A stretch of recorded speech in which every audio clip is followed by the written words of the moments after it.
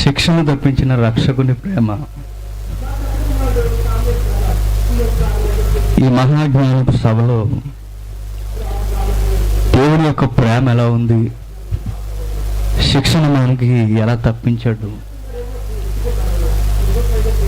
ఆయన మన పట్ల ఎలాంటి ఆలోచన కలిగి ఉన్నాడు, క్రీస్తు యొక్క త్యాగంలో మనం ఎంత రుణపడి ఉన్నాం అన్న సంగతుల్ని మనం ఆలోచించబోతున్నాం. బైబిల్ అనే మహాజ్ఞాన గ్రంథంలో దేవుడిని అర్థం చేసుకోవడం అనేది చాలా సున్నితమైన విషయం. దేవుడు మనకు అర్థం కావాలి అంటే మొట్టమొదట ఆయన అంటే మనకి ప్రేమ ఉండాలి,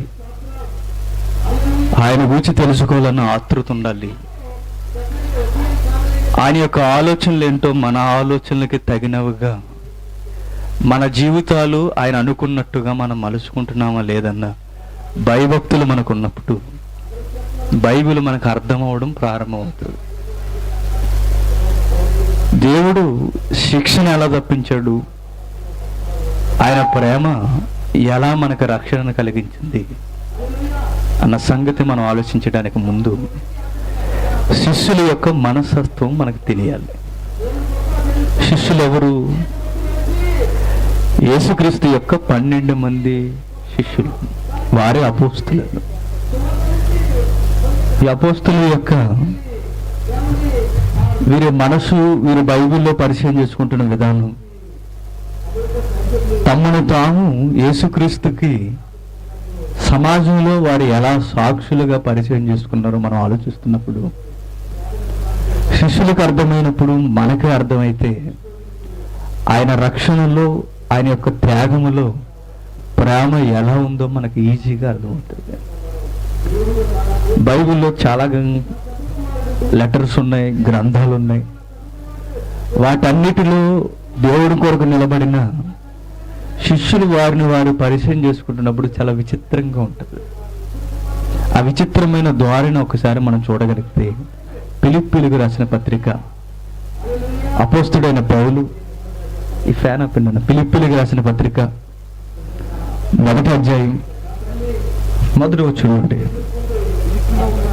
ఫిలిప్పీలో ఉన్న క్రీస్తు యేసునందలి సకల పరిశుద్ధులకును అధ్యక్షులకును పరిచారకులను క్రీస్తు యేసు దాసులైన పౌలను తిమోతియు శుభమని చెప్పి వ్రాయినది. ఏమైనా అర్థమైంది? అది ఏమర్థం కలదు కదా. ఫిలిప్పీలో ఉన్న సంఘానికి పౌలు పత్రిక రాస్తూ తనను గురించి తాను ఇంట్రొడక్షన్ ఏమని చెప్తున్నాడు? నేను క్రీస్తుకి దాసుడను, నేను క్రీస్తుకు దాసుడను. మన ఆలోచనకి పౌలు ఆలోచనకి చాలా వ్యత్యాసం కనబడుతుంది.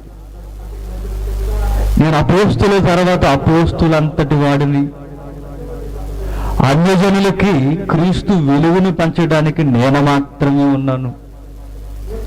యేసుక్రీస్తు వెలుగు రేఖలు అన్యజనులకి వెళ్ళాలి అంటే నా ద్వారా తప్ప వెళ్ళే అవకాశం లేదు అన్న ద్వారాని ఇక్కడ లేదు. నేను క్రీస్తుకు కేవలం దాసుడను. దాసుడా అంటే దాసుడని పరిచయం చేసుకోవడంలో ఏదో ఆంతర్యం ఉందో చూడండి. నేను క్రీస్తుకు దాసుడను, నేను క్రీస్తుకు దాసుడను. మనం ఎలా పరిచయం చేసుకుంటున్నాం? ఈరోజు అంతర్జాతీయ వర్తమానికులను పరిచయం చేసుకుంటాం. దేశ విదేశాల్లో బలంగా వాడబడుతున్న వర్తమానికుడని పరిచయం చేసుకుంటాం. రెవరెండ్ అని పరిచయం చేసుకుంటాం, బిషప్స్ అని పరిచయం చేసుకుంటాం, యంగ్ అండ్ డైనమిక్ స్పీకర్ అని పరిచయం చేసుకుంటాం. అసలు వారి ధోరణికి మన ధోరణికి ఎంత వ్యత్యాసం కనబడుతుందో చూడండి. పౌలు చెప్పుకోవడానికి ఏం తక్కువ వాడు ఏం కాదు. రాజవంశం నుండి వచ్చిన వాడిని, సకల శాస్త్రాలు ఎరిగిన వాడిని, ధర్మశాస్త్రం మీద పట్టున్న వాడిని, విశ్వవిద్యాలయాల్లో విద్యను అభ్యసించిన వాడిని. ఫిలిప్పీలకు రాసిన మొదటి పత్రిక 1వ అధ్యాయం 1వ వచనం చదవండి. ఫిలిప్పీలో ఉన్న క్రీస్తు యేసునందలి సకల పరిశుద్ధులకును అధ్యక్షులకును పరిచారకులకును క్రీస్తు యేసు దాసులైన పౌలును తిమోతియును శుభమని చెప్పి రాయినది. పరిశుద్ధులంటే ఎవరు? క్రైస్తవులు. సకల పరిశుద్ధులకు శుభమని చెప్పి రాయినది ఏమనగా, ఫిలిప్పీలో ఉన్న క్రైస్తవులకు నేను క్రీస్తు తరపున అపోస్తులుడను అనడం లేదు. నేను క్రీస్తు తరపున అన్యజనులకు వెలుగునై ఉన్నాను అనలేదు. నేను కేవలం దాసుడను. అంటే వారి పరిచయం చేసుకుంటున్న విధానానికి ఈరోజు మనం పరిచయం చేసుకుంటున్న విధానానికి యేసుక్రీస్తుకి ఎదుట చాలా వ్యత్యాసం కనబడుతుంది. చాలా. మనలో మనం ఏదో గొప్ప చేసుకుంటున్నట్టు, క్రీస్తును దాచేస్తున్నట్టుగా పౌలును చూస్తుంటే మనకు అర్థమవుతుందండి. పౌలు తనను తాను తగ్గించుకుంటూ యేసును గొప్ప చేస్తున్నట్టు, మనలో మనం గొప్ప చేసుకుంటూ దేవుణ్ణి దాచేస్తున్నాం. ఒక విషయం గుర్తుపెట్టుకో, ఎప్పుడు దేవుడు సమాజానికి కనబడాలంటే నువ్వు కనబడకూడదు. నువ్వు కనబడలేనప్పుడు దేవుడు సమాజానికి కనబడతాడు. నీ ప్రదర్శన ఎక్కువైపోతే దేవుడు కనబడడు. నీకు ఫ్యాన్స్ పెరుగుతారు. నువ్వు చిన్న సైజు సినిమా స్టార్లా మారిపోతావు. నువ్వు కనబడవలసింది, నువ్వు అంత అవసరత ఏమీ లేదు. దేవుడు సమాజానికి కనబడాలి. దాసులు పోయి నేను ఎలా అన్నాడు, ఈ వేరొక ఆయన ఏమన్నాడు ఒకసారి చూస్తే ఇంకా విచిత్రంగా ఉంటుంది. యాకోబు పత్రిక మొదటి అధ్యాయం మొదటి వచనం, దేవుని యొక్కయు దాసుడైన యాకోబు అన్య దేశములందు చెదిరి ఉన్న 12 గోత్రముల వారికి శుభమని చెప్పి రాయినది. ఈయనెవరు? చెదిరిపోయిన 12 గోత్రాలు అంటే ఇశ్రాయేలీలకి లెటర్ రాస్తున్నట్టు. ఎవరైనా యేసు ఏ గర్భాన్ని అయితే పుట్టాడో, యేసుక్రీస్తు ఏ జనన అవయవాల నుండి వచ్చాడో అదే గర్భం నుండి పుట్టినవాడు యాకోబు. ఎవరు యాకోబు? యేసు తర్వాత మరియకు పుట్టినవాడు.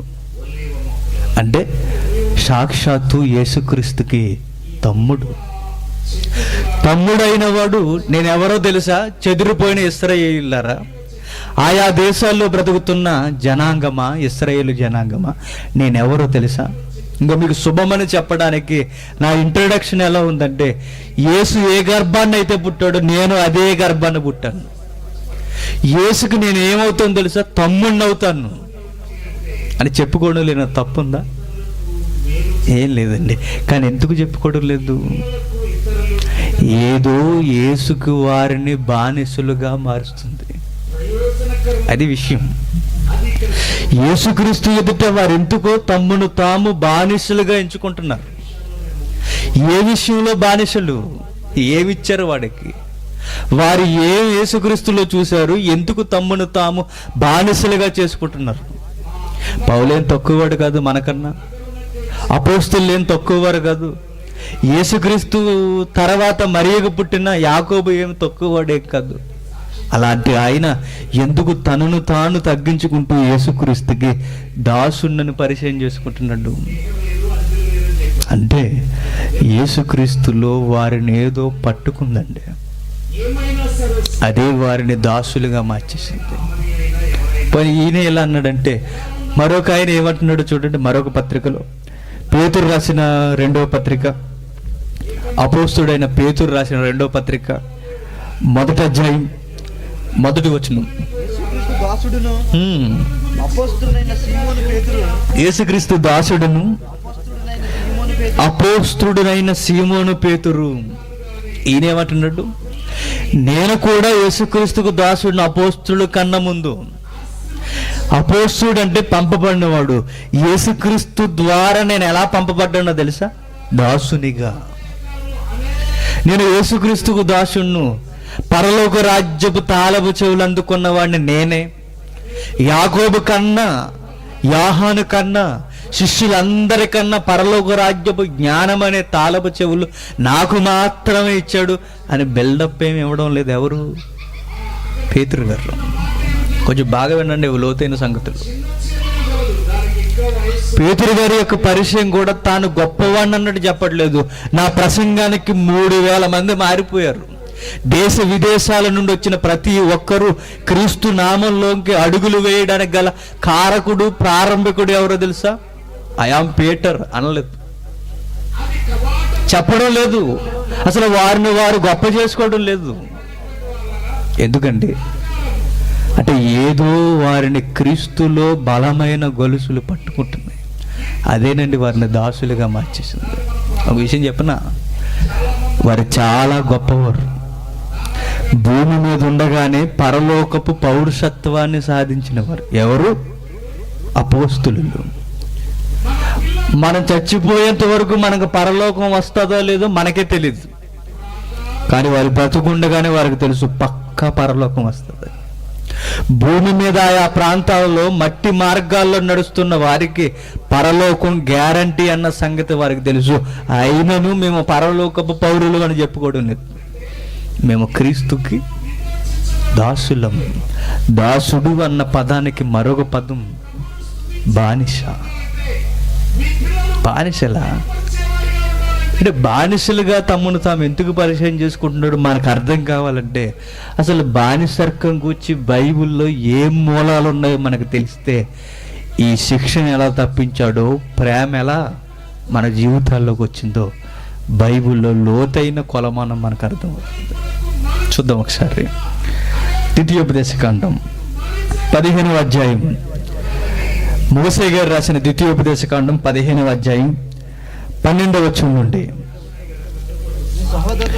మీ సహోదరులలో ఎబ్రియుడే గాని ఎబ్రియురాలే గాని మీకు అమ్మబడి 6 సంవత్సరములు మీకు దాస్యం చేసిన ఎడల 7వ సంవత్సరమును వారిని విడిపించి మీ వద్ద నుండి పంపివేయవలెను. ఎవరు దాసులు, ఎవరు బానిసలు? ధర్మశాస్త్రం ప్రకారం నేరాలు చేసిన వాడు బానిస, తప్పులు జరిగించిన వాడు బానిస, వేరే దేశాల నుండి కొనుపోబడిన వారు బానిసలు, స్వదేశీయులు కాని వారు విదేశీయులు బానిసలు. స్వదేశంలో ఉన్నవాడు ఒకవేళ నేరాలు చేస్తే వాడు బానిస. ధర్మశాస్త్రం ప్రకారం వారు బానిసలు. అంటే బానిస అనగానే సమాజంలో ఏదో గౌరవపదమైన వాదాకు సంబంధించినట్టుగా మనకు కనబడతలేదు చూడు. బానిస అనగానే సమాజంలో తక్కువగా చూడబడేవాడు. బానిస అనగానే కనీసపు గౌరవం దక్కని పరిస్థితులు రోజులవి. అలాంటి రోజులలో తమ్మును తాము దాసులుగా పరిచయం చేసుకుంటున్నారంటే దేనికి దాసులు? ఇక్కడ చెబుతున్న కాంటెక్స్ట్లో మనకేం అర్థమవుతుందో తెలుసా? ఇశ్రాయేలీల్లో కానీ విదేశీయుల్లో కానీ ఎవడైనా మీకు బానిసగా ఉంటే వాడికి మీరు స్వతంత్రాన్ని అనుగ్రహించాలి. హేతుబద్ధంగా బైబిల్ని చదివేవాడికి ఎలా అర్థం అవుద్దంటే, అంటే బానిసలుగా మనుషులు బానిసలు చేసుకోవడం బైబిల్ కూడా సమర్థిస్తుందండి అంటారు. బైబిల్లో కూడా బానిసర్కం గూర్చి సపోర్టబుల్ వచనాలు ఉన్నాయండి అని చాలామంది కొత్త వ్యాఖ్యానాలు చేస్తుంటారండి. ఒక విషయం అడుగుతాను, మనుషులందరూ దేవుని దృష్టిలో ఒక్కటే కదా? ఒకటే. ఆయనకి పక్షపాతం లేదు. యేసుక్రీస్తుని ఎలా ప్రేమించాడో మనల్ని అలానే ప్రేమిస్తాడు. దేవుని ప్రేమలో వ్యక్తికి ఒకలా ఉండదు, అందరినీ ఒకేలా ప్రేమిస్తాడు. అందరినీ ఒకేలా ప్రేమించిన దేవుడు మరి కొందరిని ఎందుకు బానిసలుగా ఆయనే స్వతంత్రం ఇమ్మని మరలా బానిసత్వం గురించి ఎందుకు మాట్లాడుతున్నాడు అంటే, ఆ బానిసర్కం అనే పదాల నుండి మనకేదో నేర్పించబోతున్నాడు. ధర్మశాస్త్రం అంటే ఏంటో తెలుసా? బాలశిక్ష ఆల లాంటిది. ధర్మశాస్త్రంలో ఒక మూలాన్ని ఎత్తాడంటే నీకు క్రొత్త నిబంధన వచ్చేసరికి ఏదో పరిపూర్ణమైన అర్థాన్ని ఇస్తాడన్నమాట. ఆ పరిపూర్ణమైన అర్థం ఏంటి? అది తెలియాలి అంటే ఈ ఆల లాంటివి తెలియాలి. మనకు ఆల తెలియవు. ఆ పక్కనున్న అమ్మ ఫోటో తెలుసు మనకి, మర్చిపోతాం. ధర్మశాస్త్రంలో ఉన్న బలులు తెలుసు, ధర్మశాస్త్రంలో ఉన్న సుంతి తెలుసు, ధర్మశాస్త్రంలో ఉన్న అర్చనాదాలు తెలుసు, ధర్మశాస్త్రంలో ఉన్న రక్ష ప్రోక్షణ తెలుసు, అన్నీ తెలుసు. కానీ దాని మూలం, దాని ఆంతర్యం ఏంటో సమాజానికి తెలియదు. మరి దేవుడు ఎందుకు బానిసర్కం కోసం ఎత్తు మాట్లాడుతున్నాడు? ఒక మనిషి నీకు బానిసగా ఉంటే వాడికి 7 సంవత్సరాల తర్వాత మరలా వాడిని స్వతంత్రంగా పోనీయాలి అని అంటున్నాడు ఆయన. ఆ అధ్యాయం అంతా మనం చదువుకుంటూ కొన్ని వచనాల్లో ఏదో విషయం మనకు కనబడుతుందండి. అలా ఎతకడం ప్రారంభిస్తే దేవుని మనసు మనకు కనబడుతుంది. బైబిల్ ఎలాంటిదో చెప్పనా? కనబడుతున్న అక్షరాలు ఒకటి, లోనున్న ఆంతర్యం ఒకటి. నీకు చదువు వస్తే చదివేసుకోవచ్చు, కానీ భావం అర్థం అవుతుంది. అక్షరాలు తెలిసిన ప్రతి ఒక్కడు బైబిల్ చదువుతాడు. దాని భావం అర్థం చేసుకున్నవాడు, దేవుని మనసు అర్థం చేసుకున్నవాడు మాత్రమే చెప్పగలరు. పద్యాలు అందరూ చదువుతారు, దాని సారం అందరూ చెప్పలేరు. ఉప్పు కుప్పరం అందరూ చదువుతారు, దాని సారం చెప్పమనండి, దాన్ని మాస్టర్స్ మాత్రమే చెప్పగలరు. ఇది ఎంత వాస్తవమో బైబిల్ అక్షరాలు తెలిస్తే అర్థమవుతుంది. బైబిల్లో ఉన్న దేవుని మనసు తెలుసుకోవడానికి ప్రయత్నం చేయాలి. అదేంటి తపస్సు. చదువుకి బైబిల్ని అర్థం చేసుకోవడానికి అస్సలు సంబంధం ఉండదు. ఎప్పుడు మీరు భయపడకండి. నేను ఎక్కువ చదువుకోలేదని నాకు బైబిల్ అర్థం కాదని ఎప్పుడు బాధపడకండి. నీకు కనీసం అక్షరాలు తెలిస్తే, దేవుడిని తెలుసుకోవాలన్న ఆశ నీకుంటే ఖచ్చితంగా దేవుడు నీ వశమైపోతాడు. ఇక్కడున్న ఈ సందర్భాన్ని మనం ధ్యానిస్తున్నప్పుడు కొన్ని మేలైన విషయాలు, ముఖ్యమైన సంగతులు మనకు ఎదురవుతాయి. ఆ విషయాలు మనం పక్షాన్ని మనం ఆలోచించగలిగితే క్రొత్త నిబంధన నుంచి ఒక ఆన్సర్ మనకు వస్తుంది. చదువుదాం కిందకి. 12 వచనం. వాడిని విడిపించి నీ యొద్ద నుండి పంపివేయినప్పుడు వట్టి చేతులతో వాడిని పంపివేయకూడదు. నీవు ఐగుప్తు దేశములో దాసుడివై ఉన్నప్పుడు నీ దేవుడైన యెహోవా నిన్ను విమోచించినని జ్ఞాపకం చేసుకుని నీ మందలోను, నీ కళ్ళములోను, నీ ద్రాక్ష గానుగలోను కొంత అవశ్యముగా వానికి ఇయ్యవలను.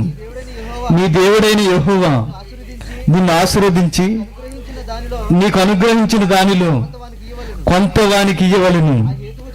ఆ హేతువు చేతను నేడు ఈ సంగతి నీకు ఆజ్ఞాపించి ఉన్నాను. అయితే ఇక్కడ నుండి జాగ్రత్త చూడండి. అయితే నీ యొద్ద వానికి మేలు కలుగునందున నిన్నును నీ ఇంటి వారిని ప్రేమించుచున్నాను గనక నేను నీ వద్ద నుండి వెళ్ళిపోనని అతడు నీతో చెప్పుని ఎడల నీవు కదురు పట్టుకుని తలుపులోనికి దిగినట్లుగా వారి చెవికి దాన్ని గుచ్చవలన. ఆ తర్వాత నీకు నిత్యము నీకు దాసుడైండెను. అలాగే నీవును నీ దాసునికి చేయవలెను. అక్కడ జరుగుతున్న సందర్భం ఏంటంటే, ఒకడు నీకు దాసుడుగా ఉన్నప్పుడు అగ్రిమెంట్ ప్రకారం 7 సంవత్సరాల తర్వాత వాడిని స్వతంత్రునిగా వదిలేయాలి. అంటే ఇప్పటికీ దాసత్వం ఉందా? ఉంది. మన ఏరియాస్ నుంచి కువైట్, సౌదీ అరేబియాకి, గల్ఫ్ కంట్రీస్కి వెళ్తుంటారు చూసారు. అది ఏటనుకుంటారు? ఇంక ఇదే. ఎప్పటికీ మనుషుల్ని డబ్బుల చేత కొనుక్కొని బానిసరకంలో ఉంచుకుంటారు కదా. ఇన్ని సంవత్సరాలు నువ్వు వెళ్తున్నావు కదమ్మా, ఎన్ని సంవత్సరాలు అగ్రిమెంట్ అంటే 2 years అండి అని చెప్తుంది. అంటే మనుషుల్ని డబ్బులు కొనుక్కొని ఎప్పటికీ కంటిన్యూ అవుతుంది. ఆ దేశాల్లో, ఆ సంస్కృతిలో, ఇజ్రాయేల్ దేశంలో, అరేబియాకి అరేబియాకి మెసొపొతేమియా ప్రాంతాలకి మీదనున్న ప్రాంతం ఇజ్రాయేల్ దేశం అయితే, ఆ ఇజ్రాయేల్ దేశంలో సంస్కృతిని మాట్లాడుతున్నాడు దేవుడు. అక్కడున్న సంస్కృతి ఏంటో తెలుసా? ఇదిగో అందరి దేశాలలో బానిసలుగా ఉంటారు, వారు నిత్యం బానిసలు. కానీ మీ దగ్గర మాత్రం ఎప్పుడు ఒక మనిషి నిత్యం బానిసగా ఉండకూడదు. ఎందుకో తెలుసంటే, నువ్వు ఒకసారి చరిత్ర జ్ఞాపకం చేసుకో. నువ్వు పూర్వం ఎక్కడున్నావు? ఐగుప్తు దేశంలో ఉన్నావు. ఐగుప్తులో నీవు కూడా స్వతంత్రుడు కాదు, నీవు బానిసవే. అయినా నీకు స్వతంత్రాన్ని అనుగ్రహించాను. నీకు స్వతంత్రం వచ్చిందన్న విషయం నువ్వు మర్చిపోకు. నీ స్వతంత్రాన్ని నువ్వు జ్ఞాపకం చేసుకొని నీ కిందున్నవాడు కూడా స్వతంత్రంగా ఉండాలని నీకు ఆ దాసత్వాన్ని జ్ఞాపకం చేసుకొని ఈ దాసుని విడిపించు. సుమారు 7 సంవత్సరాల తర్వాత వాడు స్వతంత్రుడు అయిపోవాలి. ఒక విషయం చెప్తున్నా, పాత నిబంధన కాలంలో క్రీస్తు పూర్వం ఈ రాయితీలు ధర్మశాస్త్రంలో ఉన్న ఎబ్రీలకి తప్ప ఈ భూమండలం మీద ఎవ్వరికి ఇన్ని రాయితీలు లేవండి. క్రీస్తు పూర్వం. ఈరోజు వచ్చే మానవ హక్కులు, జన విజ్ఞాన వేదిక, ఆ వేదిక, ఈ వేదిక, క్రీస్తు పూర్వం దేవుడు ప్రవేశపెట్టినని ఈ మేలైన విషయాలు ధర్మశాస్త్రంలో ఇక ఎక్కడ మనకు కనిపించవు. దాసుని అంత బాగా వదిలేమన్నాడు. కానీ ఒక విషయం చెప్పాడు, ఒకవేళ వాడి నీ దగ్గర నుండి వెళ్ళనని, నీ ఇంటి వారిని నీ పిల్లల్ని నేను ప్రేమిస్తున్నాను గనక నేను ఎక్కడే ఉంటానని వాడు నీ ప్రేమకు బానిస అయితే వాడిని వెళ్ళనివ్వకు. వానికి గుర్తుగా వాడి చెవికి ఒక రంధ్రాన్ని చేయి. వాడు ఎప్పుడు నీకు నిత్యం బానిస. అంటే స్టాంప్ అన్నమాట. అంటే వాడు నీ ప్రేమకు బానిస అయిపోయాడు. నీ దగ్గర ఏదో వాడు చూశాడు. నువ్వు ఇస్తున్న పైసలు వాడికి అవసరం లేదు, నువ్వు పెడుతున్న ఫుడ్ వాడికి అవసరం లేదు. వాడు నీ దగ్గర కోరుకునేది ఏంటో తెలుసా? ప్రేమ. ఆ ప్రేమకు లోనైన వాడు తన్ను తాను దాసునిగా నీకు అప్పగించుకుంటాడు. అంటే ఈ విషయం నుండి దేవుడు ఏం చెప్పాలనుకుంటున్నాడు? పాత నిబంధనలో బానిస బానిస బానిస అన్న ఆయన క్రొత్త నిబంధనకు వచ్చేసరికి అసలు దేనికి బానిస ఒక నిలువెత్తు సాక్షి అని చెప్పాడు. ఈ ప్రపంచమంతా పాపానికి బానిస. అది చెప్పాలనుకుంటున్నాడంటే అసలు పాత నిబంధనలో ఎందుకు బానిసత్వం కోసం మాట్లాడుతున్నాడో తెలుసా?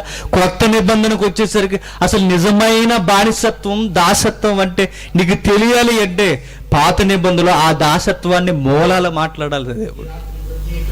ఆ మూలాలన్నీ దేవుడు మాట్లాడుకుంటూ వస్తే కొత్త నిబంధనకు వచ్చేసరికి మనకు అర్థమవుతుంది నిజమైన బానిసత్వాన్ని. ఏమన్నాడు తెలుసా? మీరందరూ యేసుక్రీస్తు అన్నాడు పాపానికి బానిసలు. పాపానికి బానిసలు. ఇప్పుడు ఈ పాపానికి బానిసలు అయిపోయిన మనం యేసుక్రీస్తుకు బానిసలుగా మారబోతున్నాం. అదేనండి ఈ పాఠంలో విలువైన సంగతులు. పౌలు గాని, పేతురు గాని, యేసు తర్వాత పుట్టిన యాకోబు గాని, ఆ యాకోబు వరుసలో వచ్చిన యోధా గాని, మిగిలిన శిష్యులు కానీ ఎందుకు దాసులుగా ప్రకటించుకున్నారు తెలుసా? నిజమైన దాసత్వం అంటే ఏంటో వారికి అర్థమైంది. వారు ఏ శిక్ష నుండి, ఏ భయంకరమైన పరిస్థితుల నుండి వారు బయటకు వచ్చారో వారి కళ్ళతో వారు చూశారు. అందుకే వారు తమ్మును తాము స్వతంత్రులుగా బానిసలుగా ప్రకటించుకున్నారు. ఇక్కడ కూడా పాత నిబంధన గ్రంథంలో యజమాని క్రింద ఉన్న ఆ దాసుడు తన ప్రేమను చూసిన తర్వాత నేను బానిసను, ఎందుకంటే నీ ప్రేమను విడిచి నేను వెళ్ళలేను. పాత నిబంధనలో ఆ చరిత్ర అంత స్పష్టంగా మనకు కనబడుతున్నప్పుడు క్రొత్త నిబంధనకు వచ్చేసరికి అదే భాష్యం మనకు కనబడుతుంది. పౌలు అంటున్నాడు నీ ప్రేమను విడిచి నేను దూరంగా వెళ్ళలేను, నీకు బానిసను. రోమ ప్రభుత్వపు కాలంలో బానిసలు అంటే నీచమైన బ్రతుకులు కలిగిన వారండి. ఆ పదానికి అంత నీచమైన సంస్కృతి ఉండేది. అలాంటి కాలంలో బానిసలుగా చెప్పుకుంటున్నారంటే ఏదో విషయం ఉంది వారిని ఆకర్షించింది. ఏది బానిస? ఏది వారిని బానిసలుగా చేసింది? ఏదో మనము చూస్తే ఈరోజు నువ్వు కూడా అనగలవు క్రీస్తు ప్రేమకు నేను బానిసనని. చూద్దాం ఒకసారి కీర్తన గ్రంథం 49వ అధ్యాయం. కీర్తన గ్రంథం 49వ అధ్యాయం 7వ వచనం నుండి. కీర్తన గ్రంథం 49వ అధ్యాయం 7వ వచనం నుండి.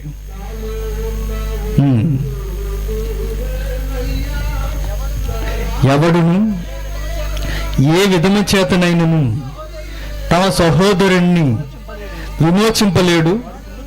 వాడు కుళ్ళు చూడక నిత్యము బ్రతుకున్నట్లు వాని నిమిత్తము దేవుని సన్నిధిని ప్రాయశ్చిత్తం చేయగలవాడు ఎవడునూ లేడు. మనకి ఈ విషయం బాగా అర్థం కావాలంటే 49వ అధ్యాయం పక్కన చిన్న అక్షరాలతో కొన్ని లైన్స్ కనబడుతున్నాయి చూడండి.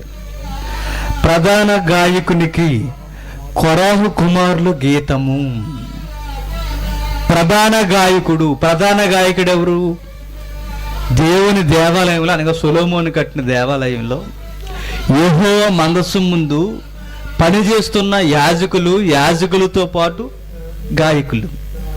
ఆ గాయకులు ఏ సమయంలో ఏ పాట పాడాలి, ఏ పాటను ఏ చరణం మీద ఎత్తుకోవాలి, ఏ పల్లవుతో ప్రారంభించాలన్న ఆలోచనలు వారికి ఉండేవి. ఆ రోజుల్లో వాళ్ళ పాటలు ఎలా ఉండేది తెలుసా? ఆ పాటకి అర్థం ఉండేది. వారు పూర్వపు చరిత్రను జ్ఞాపకం చేసేది. వారి పాటలో ఎన్నో అర్థాలు. ఇప్పటికే మనం పాటలు పాడుతుంటాం, ఆ పాటకి అర్థం ఏంటో తెలియదు. ఆ రాసినోడికే తెలియదు. కొన్ని పాటలు, ఆ రోజు పాటలు, ఇశ్రాయేలు పాటలు వారి సంస్కృతిని, వారి జీవితాన్ని జ్ఞాపకం చేశారు. పాటల్లో చరిత్ర కనబడుతుంటుంది. ఎప్పటికీ ఏజెన్సీ వెళ్ళిపోండి, ఆ కొండ ప్రాంతాలకు వెళ్ళిపోతే వారి పాటలు ఎలా ఉంటాయో తెలుసా? వారు దాన్ని జ్ఞాపకం చేస్తే మేము ఎలా వచ్చాం, మా బ్రతుకులు ఏంటి, మేము ఏం తింటున్నాం, వారి పాటలు అవే. కానీ మన పాటలు పిచ్చి పాటలు, ఈరోజు సినిమా పాటలు. ఆ రోజు వారి పాటల్లో వారి జాతి యొక్క ప్రారంభ స్థితిని జ్ఞాపకం చేసేవి. ఈరోజు వీరు రాస్తున్న పాటల్లో కూడా ఏం కనబడుతుంది తెలిసి, ఈ కీర్తన గ్రంథంలో వారి ప్రారంభపు బ్రతుకులు, వారి జీవితాలు ఎలా ఉన్నాయో చూపిస్తుంటాయి. ప్రధాన గాయకుడు దేవాలయంలో బలులిస్తున్న సమయంలో బలులు అనేవి దేవుని తరపున దేవుని దగ్గర ప్రజల పక్షాన పాపాలు తీయడానికి బలులేసేవారు ధర్మశాస్త్రంలో. ఆ బలులేస్తున్నప్పుడు దేవుని ఎదుట బలులు జరుగుతున్నప్పుడే పాటలు కూడా వినిపించేవారు దేవుని సన్నిధిలో. ఆ పాటలు పాడుతున్నప్పుడు ప్రధాన గాయకుడు పాడాల్సిన పాట ఈ 49వ పాట. ఇది దావీదు పాట కాదు, ఎవరి పాట? కొరాహు కుమారుల పాట. కొరాహు కుమారులు, ఇదంతా చరిత్ర చెప్పడానికి టైం జరిగిపోతుంది. కొరాహు కుమారులు అంటే ఎవరు? ఒకరోజు మోసేని ఎదిరిస్తారు చూసారా? ఏమని?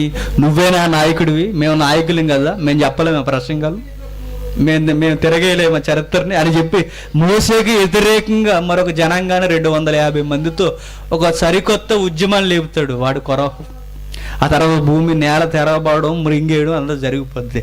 కానీ వాడితో పాటు చావని వారు కొరాహు భార్యను, కొరాహు కుమారులను. ఆ తర్వాత కొరాహు కుమారులు భార్య సంతతి అభివృద్ధి చెంది సొలొమోను దేవాలయంలో యెరూషలేము ప్రాంతంలో సైనికులుగా, దేవాలయాన్ని కాసే కాపర్లుగా మారిపోతారు. అంటే పోలీసులు అన్నమాట. ఎవరు? కొరాహు. ఈ రచన రాస్తుంది ఎవరు? ఇది పోలీస్ ఎంప్లాయీ. ఒక పోలీస్ అని రాస్తున్నాడు ఈ కీర్తన. మీరు ఏదో అనుకుంటారు బైబిల్ అంటే. కొరాహు కుమారుడు అంటే పోలీస్ డిపార్ట్మెంట్లో ఉన్నవాడు రాస్తున్నాడు. ఏమని? దేవునికి సంబంధించిన పాట. ఎవరు పాడాలి? ప్రధాన యాజకుడు పాడాలి. ఏం పాడాలి చెబుతున్నాడు చూడండి. ఆ పూర్వపు చరిత్ర, వారి జీవితంలో ఉన్న పరిస్థితులన్నీ ఎత్తి మాట్లాడుతున్నాడు. సర్వజనులారా ఆలకించుడి. ఈ పాట ఎవరికి సంబంధించింది? ఇశ్రాయేలుకి సంబంధించింది కాదు. ఇది ఈ పాలస్తీనా భూభాగంలో ఉన్న వారికి మాత్రం సంబంధించింది కాదు. ప్రపంచం మీద ఉన్న ప్రతి ప్రజ వినవలసిన పాటది, పరిస్థితిది, చరిత్రది. సర్వజనులారా ఆలకించుడి. సామాన్యులేమి, సామంతులేమి, ధనుకులేమి, దరిద్రులేమి, లోక నివాసులారా మీరందరూ ఏకముగా కూడి చెవియొగ్గడి. నేను పేదవాణ్ణి లేదా నేను ఉన్నవాణ్ణి ఇవన్నీ పక్కన పడేయండి. వీళ్ళంతా దేవుని దృష్టిలో ఒక్కటే. సర్వజనులు వినవలసిన సంగతి. దేవుని ఎదుట ఉన్నవాడు లేనివాడు ఉండదు. మనిషిలో దేవుడు చూసే కొలమానం ఒక్కటే, వీడు అపవిత్రుడు, వీడు పాపాత్ముడు. ప్రజలందరూ దేవుని దృష్టిలో అందరూ ఒకటే. అందుకే ప్రధాన యాజకుడు ద్వారా కొరాహు కుమారుడు అంటున్నాడు, అందరూ వినవలసిన పాటది. ఏంటది? నా నోరు విజ్ఞాన విషయములను పలుకును, నా హృదయ ధ్యానము పూర్ణ వివేకమును గూర్చినదై ఉండును. గూఢార్థము గల దానికి నేను చెవియొగ్గదును. సితార తీసుకుని నా మరుగు మాట బయలుపరచదును. నా కొరకు పొంచువారి దోషకృత్యములను నన్ను చుట్టుకున్నప్పుడు ఆపత్కాలములలో నేనేలా భయపడవలను? తమ ఆస్తియే ప్రాపకమని నమ్మి తన ధన విస్తారమును బట్టి పొగుడుకొని వారికి నేనేలా భయపడవలను? ఎవడును జాగ్రత్తగా వినండి. పైన ఏమేం కంపేర్ చేస్తున్నాడు? నేను ఎక్కువ ఆస్తి ఐశ్వర్యాలు ఉన్నవాడికి భయపడాలా? అవసరం లేదు. పోనీ నా కొరకు శత్రువర్గం పొంచి ఉన్నప్పుడు శత్రువులకు భయపడాలా? అవసరం లేదు. నేను భయపడవలసింది ఒకటి ఉంది. అదేదో కొరాహు కుమారుల్ని, యాజకుల్ని భయపెడుతుంది. నా హృదయంలో ఉన్న గూఢార్థమైన సంగతులు ఈ ప్రపంచానికి నేను చెప్పబోతున్నాను. అదండి ఈ కీర్తనలో ఉన్న ఆంతర్యం. మహాభక్తులు, సైనికులు, దేవుని సన్నిధిలో ఉన్న భక్తులందరూ ఎలుగెత్తి ఏడ్చి రాస్తున్న పాట ఇది. క్రీస్తు పూర్వం వందల సంవత్సరాలు ఏడ్చారండి వారు. ఎందుకో తెలుసా? మాకు శత్రువులు ఉన్నారని కాదు, ఎదుటివాడు డెవలప్ అవుతున్నాడు ఆస్తులు అని కాదు, మేము దాసులుగా ఉండిపోతున్నామని కాదు. వారి హృదయంలో ఏదో బాధ వారిని కృంగదీస్తుంది. అదే 7వ వచనం చెప్తున్నాడు. ఏంటది? ఎవడును ఏ విధము చేతనైనను తన సహోదరుని విమోచింపలేడు. ఎవడును అన్న మాట ఉన్నవాడున్నాడు, ఎవడును అన్న మాట లేనివాడున్నాడు. ఎవడును అన్న మాటలో శత్రువు ఉన్నాడు, ఎవడును అన్న మాటలో మిత్రుడున్నాడు. సమాజంలో ఉన్న ఏ మనుషుడును తన సహోదరుణ్ణి విడిపించలేడు. దేని నుండి వస్తుంది మన టైటిల్? జాగ్రత్తగా వినండి. ఎవడును ఏ విధము చేతనైనను తన సహోదరుణ్ణి విమోచింపలేడు.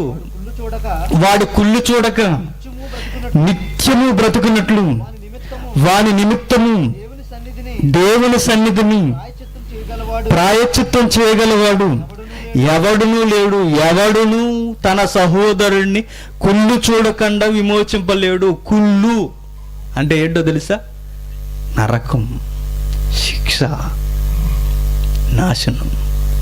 తన సహోదరుణ్ణి వేరొకడు నాశనానికి పోకుండా తప్పించగలవాడు ఎవడును లేడు. ఉన్నవాడులో లేడు, లేనివాడులో లేడు. ఈ సర్వజనులలో ఎవడును తన సహోదరుని విడిపించేవాడు లేడని వాపోతున్నారండి. ఈ విషయాన్ని జీవించి గడ్డం పేర్చుంటారు కదా బైబిల్ నమ్మున్నారు ముస్లిమ్స్ అందరూ కదలండి. మీ బైబిల్లోనే ఉంది, ఎవడును ఏ విధము చేతనైనను తమ సహోదరుని విమోచింపలేడని బైబిల్లో ఉంది. మీరు కొత్త నిబంధన పట్టుకొని యేసుక్రీస్తు సమాజాన్ని విడిపించాడని చెప్తారండి. అర్థమైంది కౌంటరు? ఇలాంటివి అర్థం మనకి. మీ బైబిల్లోనే ఉంది. ఎవడును అంటే యేసుక్రీస్తు, ఎవడును అంటే ఆయన కూడా మానవుడు.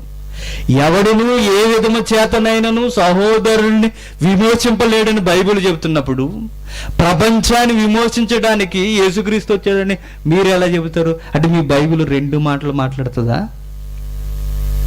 అది రైటా, ఇది రైటా?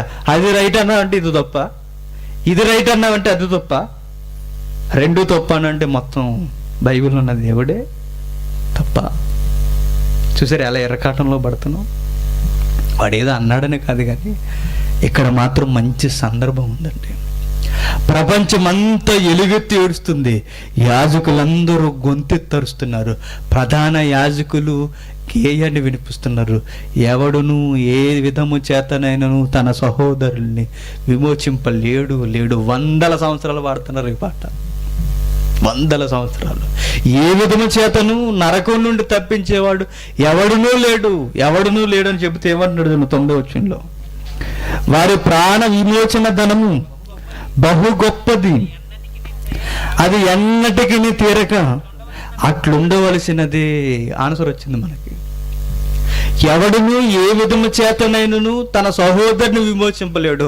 ఒకవేళ విమోచించే ఆప్షన్ ఏదైనా ఉంటే ఆ విమోచించే ధనం చాలా గొప్పది. ఆ గొప్పదైన అప్పుని మనం ఎప్పటికీ తీర్చలేము.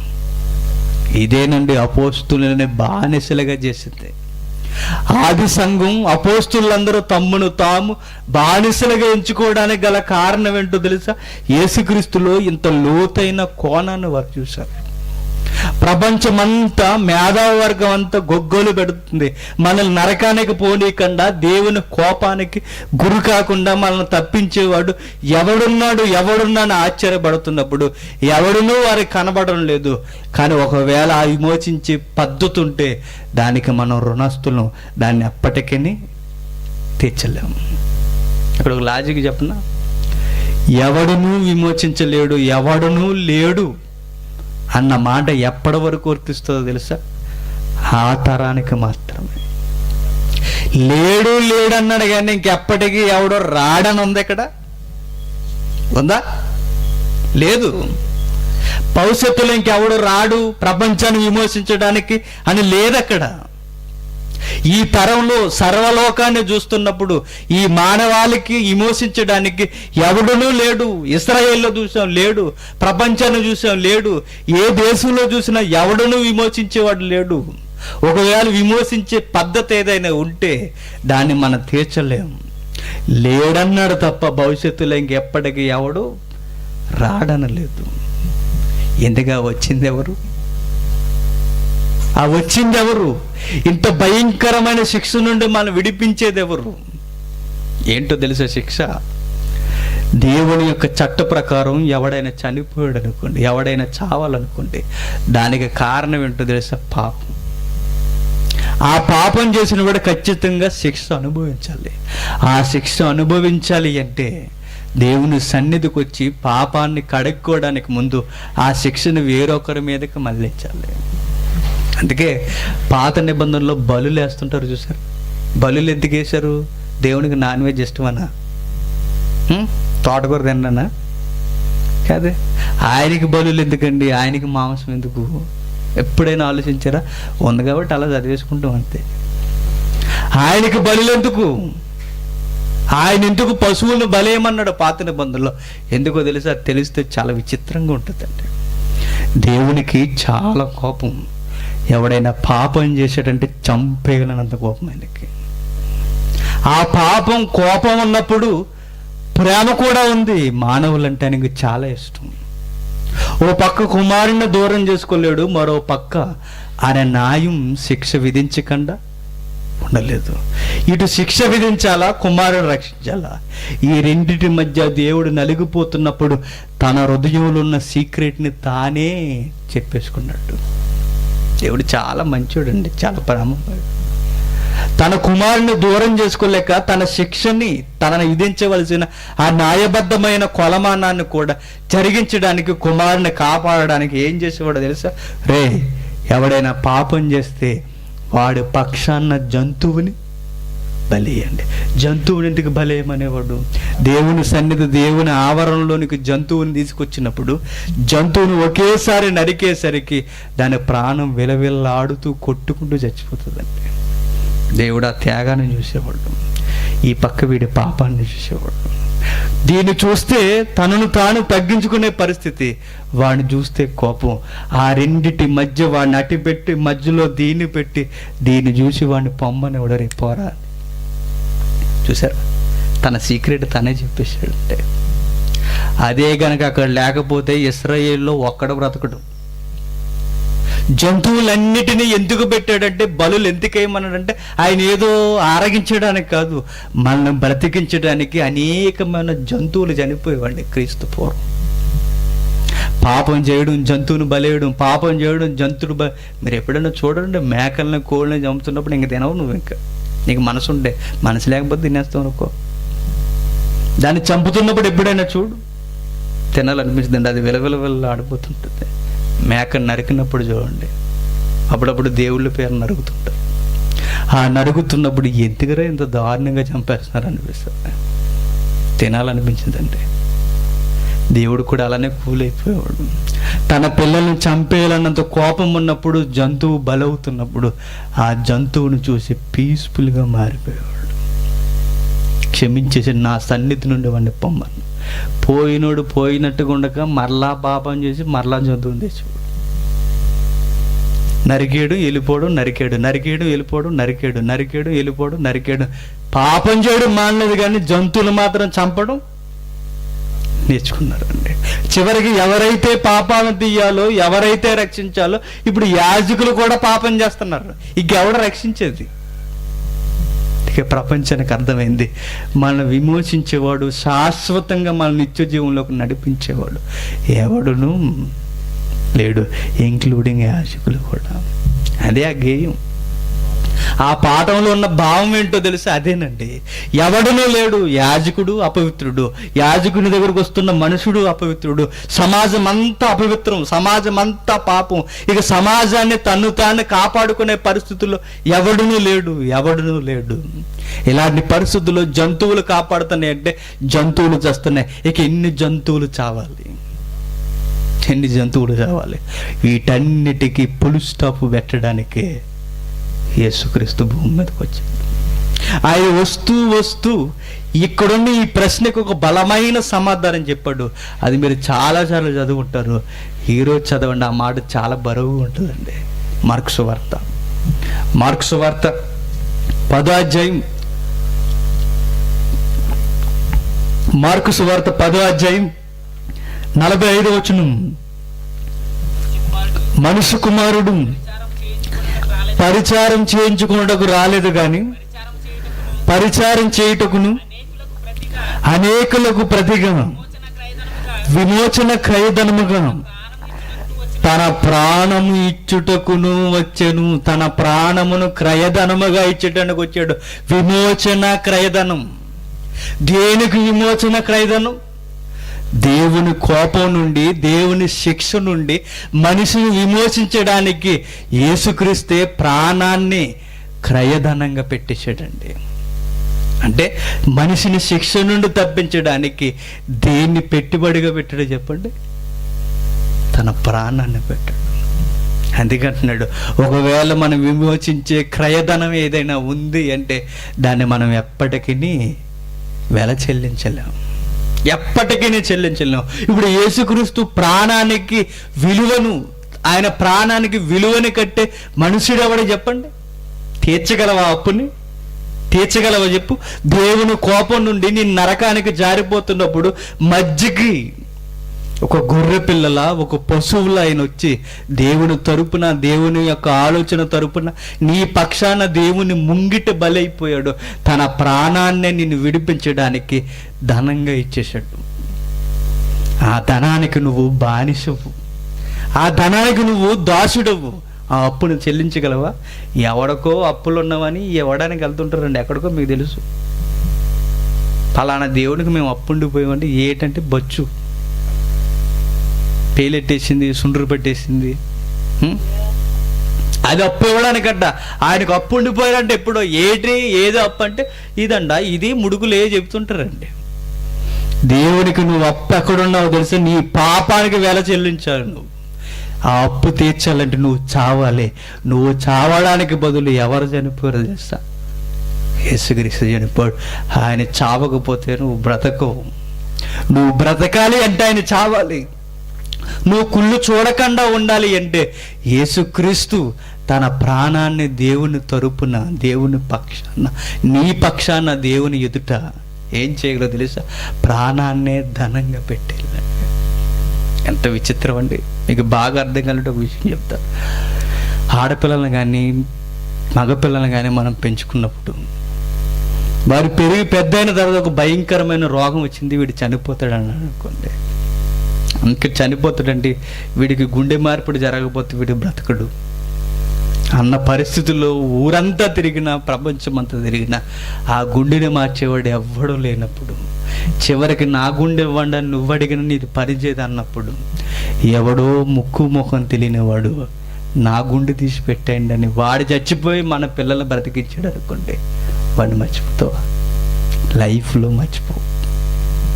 వాడిని దైవంగా ఆరాధిస్తావు, ఎందుకంటే నీ గారాల పట్టిని వాడు బ్రతికించాడు కనుక. నువ్వు ఒక భయంకరమైన రోగంలో ఉన్నప్పుడు, లేదా న్యాయ వ్యవస్థ నిన్ను చంపేయాలనుకున్నప్పుడు, తన పక్షాన నన్ను చంపేయండి, నన్ను ఊరేసేయండి అని నిన్ను తప్పించి ఆయన చనిపోయాడు అనుకోండి, నువ్వు బయటకు వచ్చిన తర్వాత మర్చిపోతావా? మర్చిపోలేవు. జీవితాంతం నేను ఆయనకు రుణస్తున్నండి అంటూ బ్రతుకున్నంతకాలం ఈ బ్రతుకు పెట్టింది ఆయనంటే. యాకోబు మెమెన్ అని ఒకడు ఉండేవాడు ముంబైలో. ఉరిది చంపేశారు కదా, చదువుకున్న వాళ్ళు తెలుసు.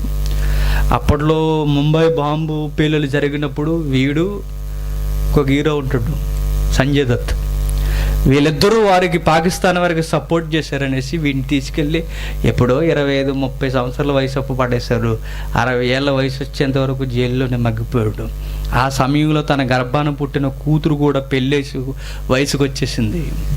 ఆ తర్వాత వయసుకు వచ్చిన తర్వాత రేపే తన కూతురు పెళ్ళి, ఈరోజు తన పుట్టినరోజు. తెల్లవారితే రిజల్ట్ వచ్చింది. ఏంటో తెలుసా? రేపు ఉదయం 7 ఉరిశిక్ష. ఎందుకంటే నువ్వు దేశద్రోహం చేసావు, నువ్వు బ్రతకడానికి వీల్లేదు, నువ్వు చనిపోవలసిన వాడివి అనగానే రాష్ట్రపతికి పెట్టుకున్నాడు అప్పీలు, ప్రధానమంత్రికి పంపించాడు, అందరికీ పంపించాడు. సుప్రీంకోర్టు తలుపులను కూడా అర్ధరాత్రి వేళ వెళ్ళి వాడి తాళీకి ప్రజలు తట్టారు, అయినా క్షమాభిక్ష పెట్టలేదు. ఆ రోజు రాత్రి వాడు ఎలా గడిపాడో తెలుసా? తెల్లవారితే కూతురి పెళ్ళి, ఈరోజు నా పుట్టినరోజు, రేపు ఉదయం సూర్యుడు వచ్చాడు అంటే ఖచ్చితంగా దానితో పాటు నా చావు కూడా.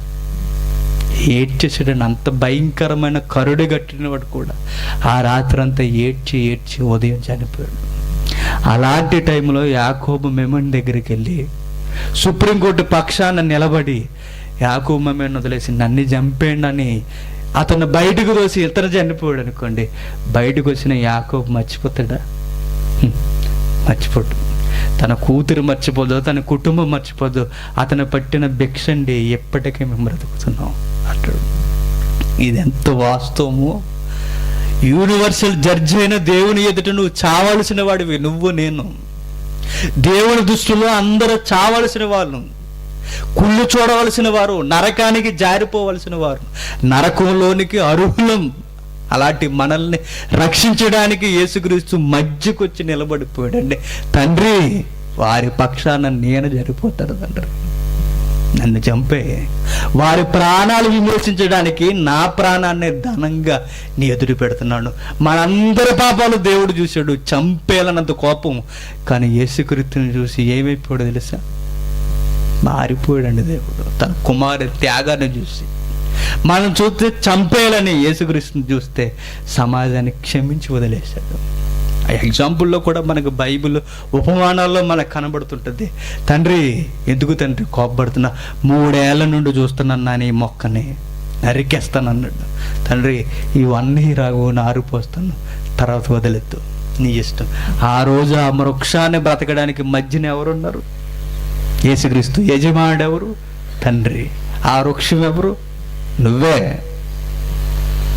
నిన్ను నన్ను బ్రతికించడానికి ఎప్పటికీ పరలోకంలో ఉండి అడ్డుగా నిలబడుతున్నాడండి.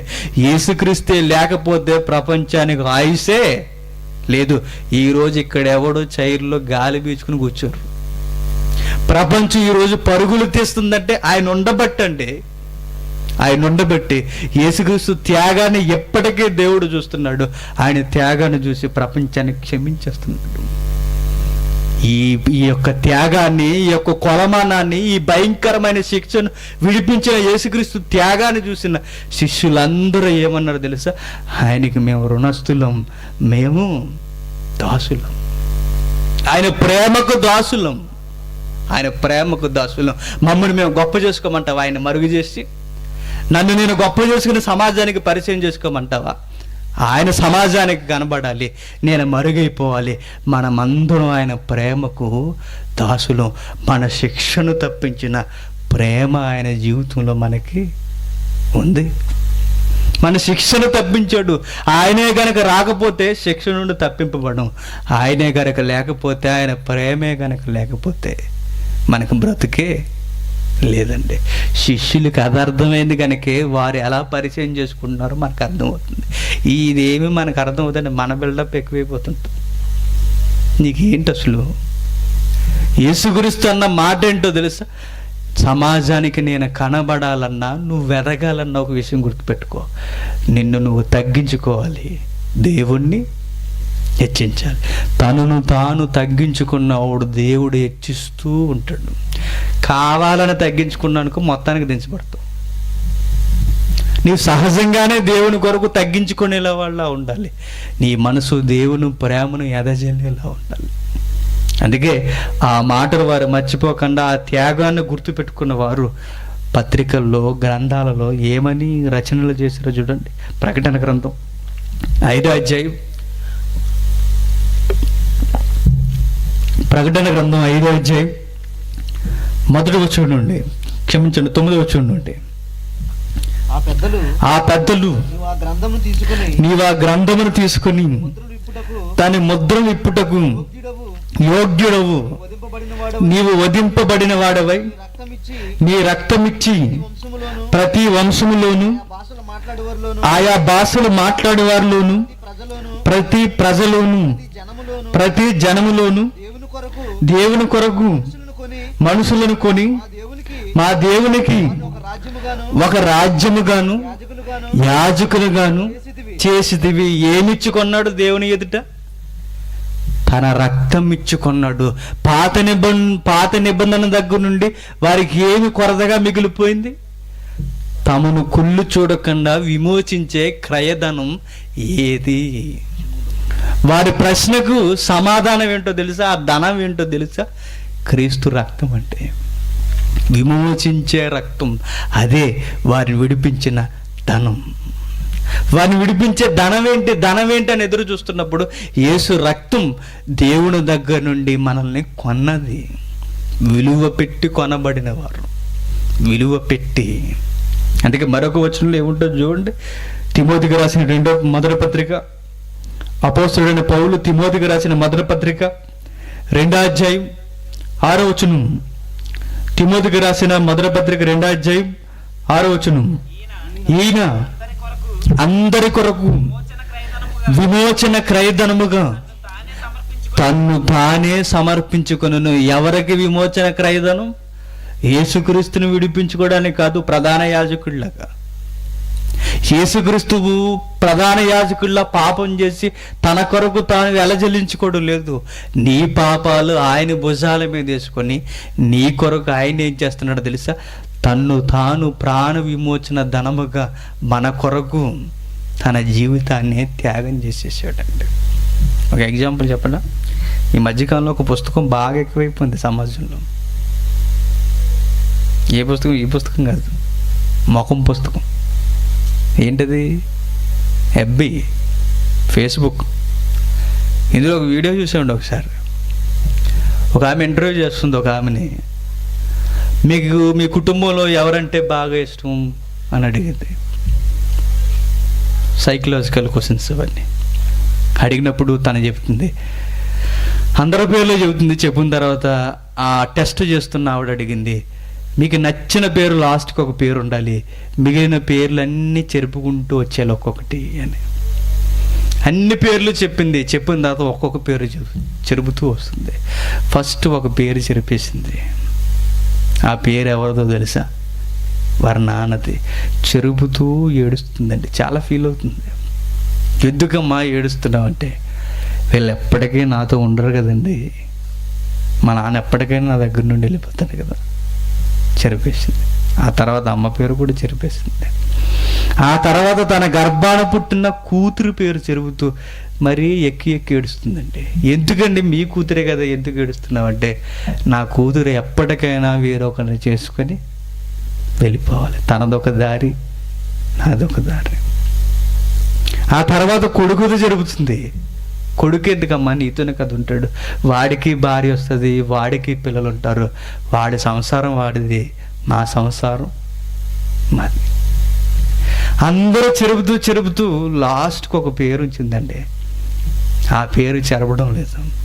ఎవరి పేరు? భర్తది. ఏమన్నది తెలుసా? చివరి వరకు, నేను చనిపోయేంత వరకు నాతో ఉండే పేరు ఇతనే కదండి.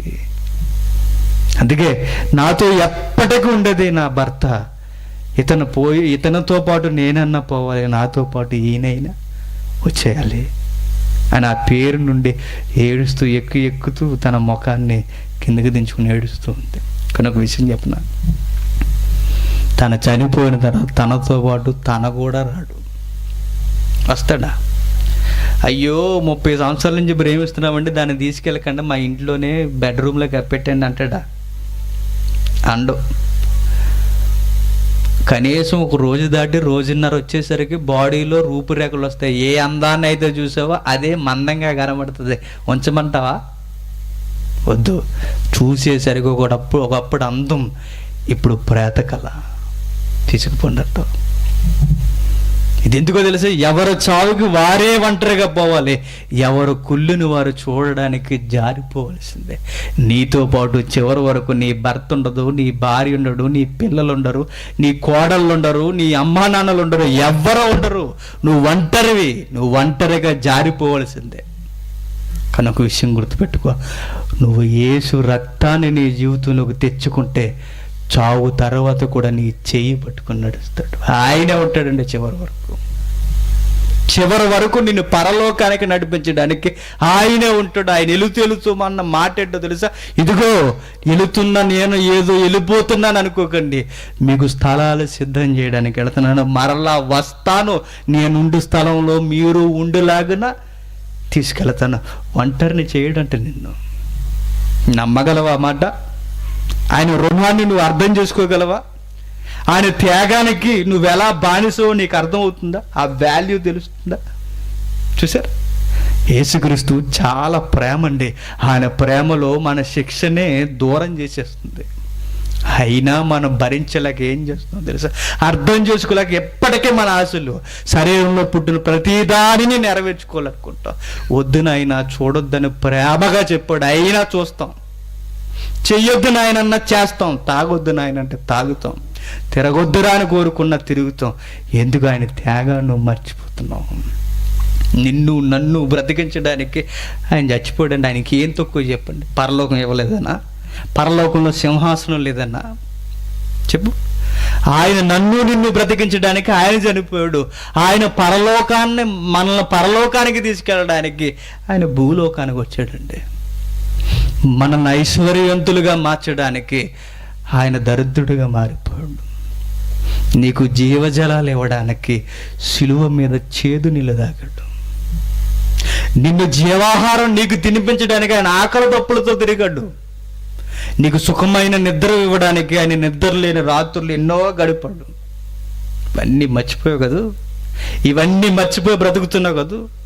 ఆ శిక్ష నీ ముందుకు వస్తే నువ్వు బ్రతకడానికి అర్హత లేదయ్యా. ఆయన ప్రేమ నిన్ను బ్రతికింపజేస్తుంది. ఆ శిక్ష నీ మీదకి రాకుండా ఆయన ప్రేమ అడ్డుకుంటుంది. ఆయనే కనుక లేకపోతే ఆవిరైపోతామండి మానవాళ్ళంతా, ఆవిరి. అందుకే బైబిల్లో ఎప్పుడు భరించలేని మాట, చూడలేని మాట, అది చదవడానికి ఆ మాట ఇష్టం ఉండదండి. ఎప్పుడు చదవాలనిపించదు. ఆ మాట చదువుతున్నప్పుడు గుండెలు చాలా బరువుగా ఉంటాయి. పౌలు తెగించి రాసిన మాట ఉంది. ఆ మాట చూస్తే మీరు కూడా మనసుంటే యేసుక్రీస్తు మీకు చాలా విలువగా కనబడతాడు. కొరింథీయులకు రాసిన పత్రిక, అపోస్తలుడైన పౌలు కొరింథీయులకు రాసిన 2వ పత్రిక 5వ అధ్యాయం 20వ వచనం. కావున దేవుడు మా ద్వారా వేడుకున్నట్లు మేము క్రీస్తుకు రాయబారులమై దేవునితో సమాధాన పడినట్లు క్రీస్తు పక్షముగా మిమ్మును బతిమాలుకొనుచున్నాం. పౌలు అంటున్నాడండి, దేవుని పక్షాన, క్రీస్తు పక్షాన మేము రాయబారులుగా ఉన్నాం. ఇదిగో మీరు మారండి అని బతిమలాడుతున్నాం. ఎందుకో తెలుసు? కింద అంటున్నాడు, ఎందుకనగా మనం ఆయన యందు దేవుని నీతి అగునట్లు పాపమెరుగని ఆయనను మన కొరకు పాపముగా చేశాను. ఏంటి బాగుందా మాట? అసలు పాపమెరుగని ఆయనను ఆయన్ని పాపగా చేశాడంట దేవుడు.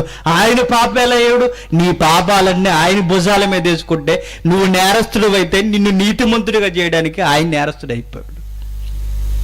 నిన్ను నీతిగా నిలబెట్టడానికి, మనం దేవుని నీతి అగున్నట్లు మనల్ని నీతిమంతులుగా మార్చడానికి ఆయన పాపాత్ముడు అయిపోయాడు. అంటే నిజానికి ఆయన పాపాత్ముడు అంటే నువ్వు దుర్మార్గుడివి, నేను నరహంతకుణ్ణి, నువ్వు దొంగవి, నేను దౌర్భాగ్యుడిని, మనమందరం నీచమైన బ్రతుకులు కలిగిన వాను, పాపాత్ములు మనం. ఆయన నీతిమంతుడు అండి. ఆయన మించిన నీతి ప్రపంచంలో లేదు. నీతికి డెఫినేషన్ ఆయన, నీతికి అర్థమైన, అలాంటి నీతి కలిగిన ఆయన పాపాత్ముడు అంట. ఎందుకో తెలుసా? నిన్ను నన్ను నీతిమంతులుగా మార్చడానికి. మనకు పడాల్సిన శిక్షను ఆయన భరించాడండి. మేకులు పడాల్సింది ఎవరికో తెలుసా? మనకి. యేసుక్రీస్తుని ఎంత అవమానంగా చంపేశారో తెలుసా? సర్వోన్నతుడైన దేవుని కుమారుడే భూమి మీదకి వస్తే ముఖం మీద ఉమ్మేసేసారండి. పిడుగుద్దులు గుద్దేశారు, ఏలన చేశారు. ఎందుకు కిమ్మని మాట కూడా ఎత్తలేదో తెలుసా? ఆయనే గనక మాట ఎత్తితే నీకు బ్రతుకుండదు.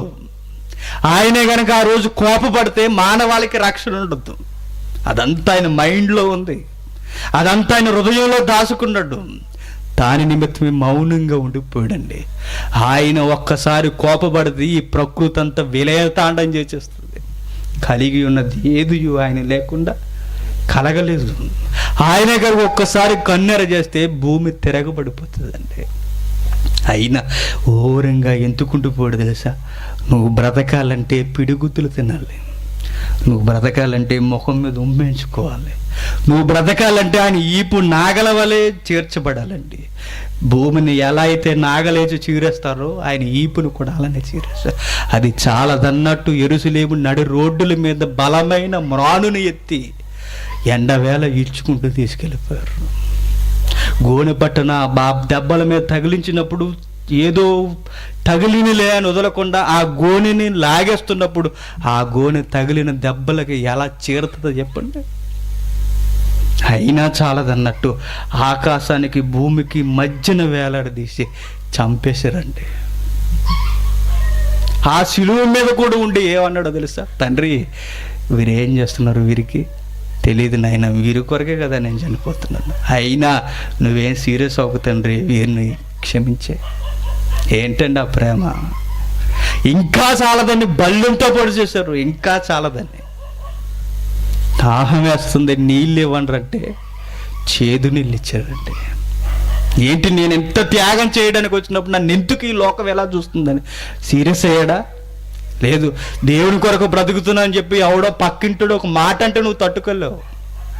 దేవుని కొరకు బైబిల్ పట్టుకుని తిరుగుతున్నా అన్న మనమే, మనల్ని ప్రేమించిన వారు తల్లిదండ్రులు ఏదన్నా మాట అన్నారంటే భరించలేం. ఆయన ఏమన్నారు తెలుసా? నువ్వు దయ్యానికి అధిపతి కాదు, వ్యభిచారి కాదు, పాపాత్ముడు కాదు, ఎన్నన్నారండి ఆయన్ని. ఆయన ఎందుకు మౌనంగా ఉండిపోయాడో తెలుసా? నీకు బ్రతుకుండాలంటే ఆయన మౌనంగా ఉండాలి. బొచ్చు కత్తిరిస్తున్నప్పుడు గొర్రె పిల్ల ఎలా మౌనంగా ఉందో అలానే ఉండిపోయాడు. ఆయన త్యాగం మన శిక్షను తప్పించింది. లేదంటే మనకు బ్రతుకులు లేవండి. ఆయనే కనుక లేకపోతే ఈరోజు మానవాళికి మనుగడే లేదు. ఎప్పటికీ పరలోకంలో ఉండి ఆయన ఉన్నాడు, ఎదురు చూస్తున్నాడు. ఒకరోజు ఒక విషయం జరిగింది. యేసుక్రీస్తు పరలోకం వెళ్ళిపోయాడండి. ఆయనకి ఎట్లండి, అప్పుడు ఏదో మొదటి శతాబ్దంలో ఆయన కష్టపడ్డాడు, ఇప్పటికి హ్యాపీగానే ఉండుంటాడు, పరలోకంలో ఉన్నాడు కదా అనుకోకండి. ఎప్పటికీ బాధపడుతున్నాడండి. మీకు చరిత్ర తెలిస్తే ఒక విషయం చెప్తాను. ఒకరోజు భయంకరమైన ఒక వ్యక్తి, ఉగ్రవాది కన్నా ప్రమాదకరమైన వ్యక్తి, క్రైస్తవుని విమర్శించడానికి స్త్రీలను కూడా చూడకుండా ఇంటింట చొచ్చి ప్రతి మనిషిని బయటికి ఈడ్చుకొచ్చి క్రైస్తవులన్న ప్రతి ఒక్కరిని క్రూరంగా చంపేసి మరలా దమస్కు బయలుదేరుతున్నప్పుడు, అక్కడున్న వారిని కూడా చంపాలని బయలుదేరుతున్నప్పుడు ఆ వ్యక్తికి మిట్ట మధ్యాహ్నం వేళ కనిపించాడు యేసుక్రీస్తు. ఆ వెలుగును తట్టుకోలేని ఆ ఉగ్రవాది సౌలు గుర్రం మనిషి కింద పడ్డాడు. ఎవరవయ్యా నువ్వు అని అడగగానే ఆయన ఏమన్నాడు తెలుసా?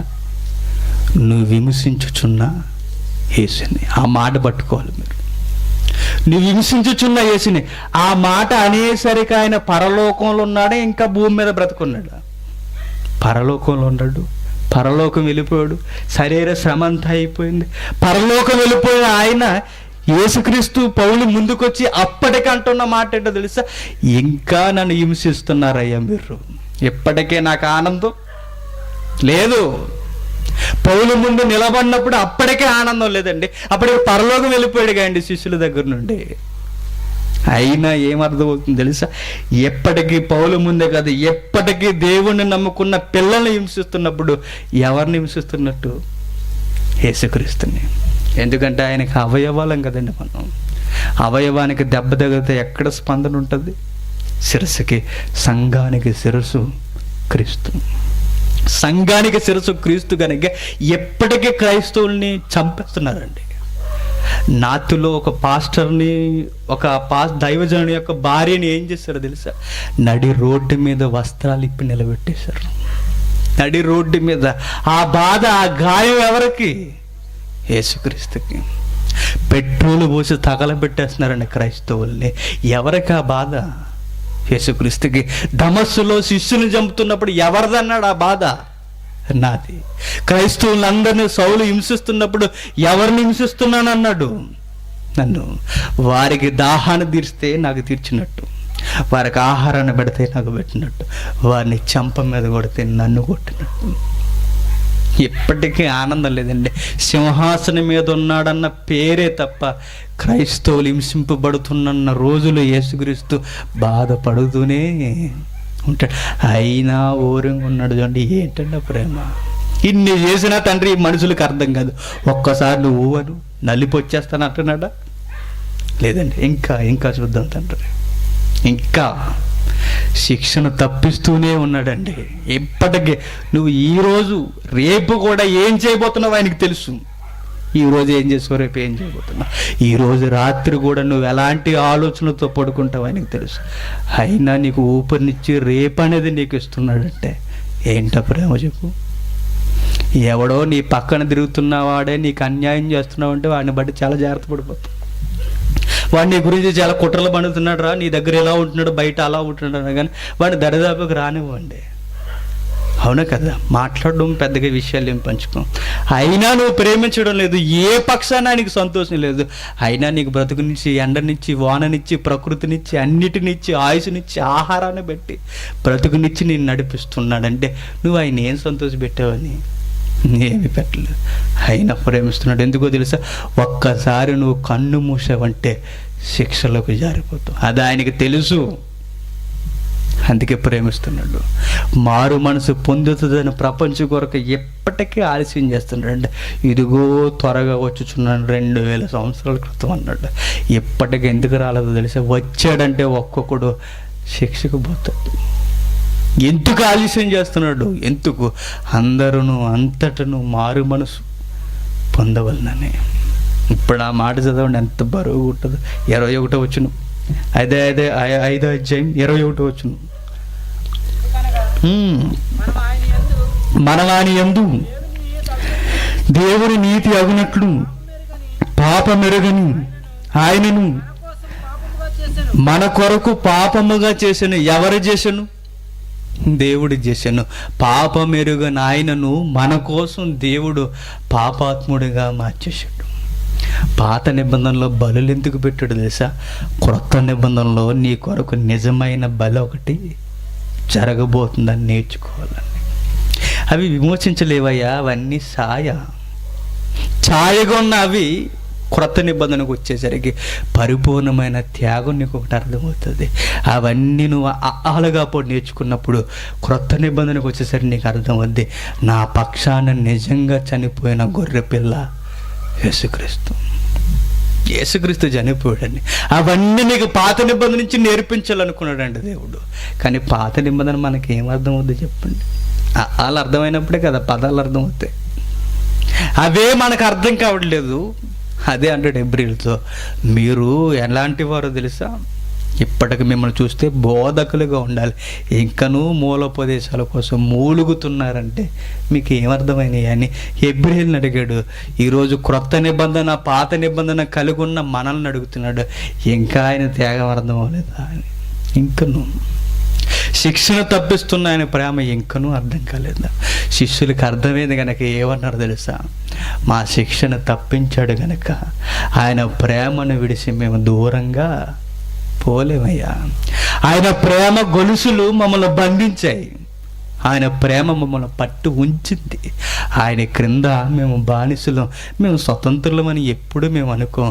ఆయన పెట్టిన భిక్షకు మా బ్రతుకులు కొనసాగుతున్నాయి. నన్ను నేను ఏమని పరిచయం చేసుకున్న పేతురుగా గొప్పవాడని చేసుకోమంటావా? వద్దు, నేను క్రీస్తుకి దాసుడను. పౌలుగా నన్ను నేను గొప్పగా పరిచయం చేసుకోమంటావా? వద్దు, నేను ఆయనకు దాసును, ఆయన సేవకుడిని. నిజమైన సేవకుడు అలానే పరిచయం చేసుకోవాలండి. మన బిల్డప్లు ఎప్పుడు సమాజానికి చూపించాలనుకోకండి, దేవుడు గొప్పతనం చూపించాలనుకోండి. అందుకే ఇది అర్థమైన పౌలు ఏమని వాపోతున్నాడో ఫిలిప్పీ పత్రిక 2వ అధ్యాయం ముగించుకుందాం. ఫిలిప్పీ పత్రిక 2వ అధ్యాయం 17వ వచనం. మరియు విశ్వాస యాగములోను దాని సంబంధమైన సేవలోను నేను ప్రాణార్పణముగా పోయబడినను నేను ఆనందించి మీ అందరితో కూడా సంతోషింతును. ఏమంటాడు పౌలు? ఈ విశ్వాస యాగములో, ఈ దేవుని యొక్క పనిలో, ఈ ప్రపంచాన్ని రక్షించే ఈ అతిపెద్ద ప్రణాళికలో నా ప్రాణం దారబోసిన నేనేదో బాధపడను, ఆనందపడతాను. ఎందుకంటే నా కొరకు ఒక ఆయన చనిపోయాడు. ఆయన ఆలోచన నెరవేర్చడానికి నేను కూడా చనిపోతాను. అందుకంటాడండి తెగించి, బ్రతుకుడే క్రీస్తే చావైతే. ఎందుకన్నాడు ఆ మాట? నాకు బ్రతుకునిచ్చింది ఆయన, బ్రతకాల్సింది ఆయన కొరకు. నేను బ్రతికితే ఆయన కొరకు బ్రతకాలి, లేదంటే నాకు బ్రతుకే లేదు. బ్రతుకుట క్రీస్తే. రేపనే ఉదయం నాకు వస్తుందంటే ఆయన పెట్టిన భిక్ష. పౌలుకే కదండి, నీకు నాకు కూడా. పౌలు ఎంతగా అర్థం చేసుకున్నాడో మనమును అంతగా అర్థం చేసుకోవాలి. ఆ విషయం చెప్పనా, కోర్టులో ఒక విషయాన్ని ఎప్పుడు నిగ్గు తెలుస్తుంటారు. వీడు అబద్ధం చెబుతున్నాడా, నిజం చెబుతున్నాడా. పోలీసులలో కానీ కొడుతున్నప్పుడు చివరికి చస్తాడన్న పరిస్థితి వరకు తీసుకెళ్తారంటే, వాడు నిజం చెబుతున్నాడు అబద్ధం చెబుతున్నాడని చివరి పరిస్థితి వరకు తీసుకెళ్తారు. ఇక చస్తాడన్న పరిస్థితుల్లో అదే విషయాన్ని చెబుతున్నాడు అనుకోండి, చచ్చే ముందు కూడా ఇదేనండి నిజం, నన్ను చంపినా ఇదేనండి నిజం అంటే అప్పుడు అర్థమైపోతుంది వీడు నిజమే చెబుతున్నాడు. చావడానికి కూడా నిజంగా సిద్ధపడుతున్నాడంటే వీడు నిజమే మాట్లాడుతున్నారు. శిష్యుల్ని అదే అడిగేవారు, మీరు ఈ నామాన్ని బోధించిన, ఈ త్యాగాన్ని సమాజానికి పరిచయం చేసిన మిమ్మల్ని ఏం చేస్తాం? చంపేస్తాం. అప్పుడు వారు ఏమనేవారు తెలుసా? చంపేసినా పర్లేదు, చనిపోతాం, ఆయన గురించి మేము చెప్పకుండా ఎందుకు మాట అన్నారు? సైకలాజికల్గా ఆలోచించు. ఎందుకంటే ఈ కన్న వాటిని విన్న వాటిని కళ్ళతో చూచాం, చెవులతో విన్నా, ఇవన్నీ నిజాలు. ఈ నిజం మా కళ్ళ ముందు జరిగినప్పుడు మేము ఏం చేయం? ఇది అబద్ధం అని ఒప్పుకోమంటావా? ఈ కళ్ళతో చూసామయ్యా, ఈ చేతులతో తాకామయ్యా. మొదటి యోహాన పత్రికలో అదేనండి పులకించిపోయి రాస్తుంటాడు యోహాను. ఈ చేతులతో తాకాం, ఆ జీవం మా మధ్యన తిరిగింది, ఈ కన్నులతో ఈ చెవులతో విన్నాం, మేము ఎలా చెప్పకుండా ఉండగలం? అంటే శిష్యులు నిజమని నమ్మేశారు. ఆ నిజాన్ని కళ్ళతో చూశారు, చెవులతో విన్నారు. చనిపోతే అది నిజమైనప్పుడు మాకు డోకాయే లేదనుకున్నారు. నువ్వు అంత బలంగా నమ్మగలవా? నిన్ను ఎవడైనా ఒక మాట అన్నాడంటే తర్వాత సభకి వెళ్ళవు. నిన్ను ఎవరైనా ఏదన్నా ఇంక అన్నారంటే ఇంక చర్చి లేదు. ఎవరెందుకు పాస్టర్ గారు అన్నారంటే నువ్వు చర్చిలో కనబడక ఇంక నిన్నేమనకూడదు. అమ్మ బుజ్జి అని బొజ్జగించి చెప్పాలి నీకు.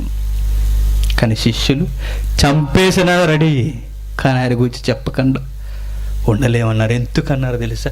వారి నమ్మింది నిజం జరిగింది కనుక. అపోస్తుల కార్యములు 2వ అధ్యాయం, క్షమించండి, అపోస్తుల కార్యం 20వ అధ్యాయం 24వ వచనం. అపోస్తుల కార్యం 20వ అధ్యాయం 24వ వచనం.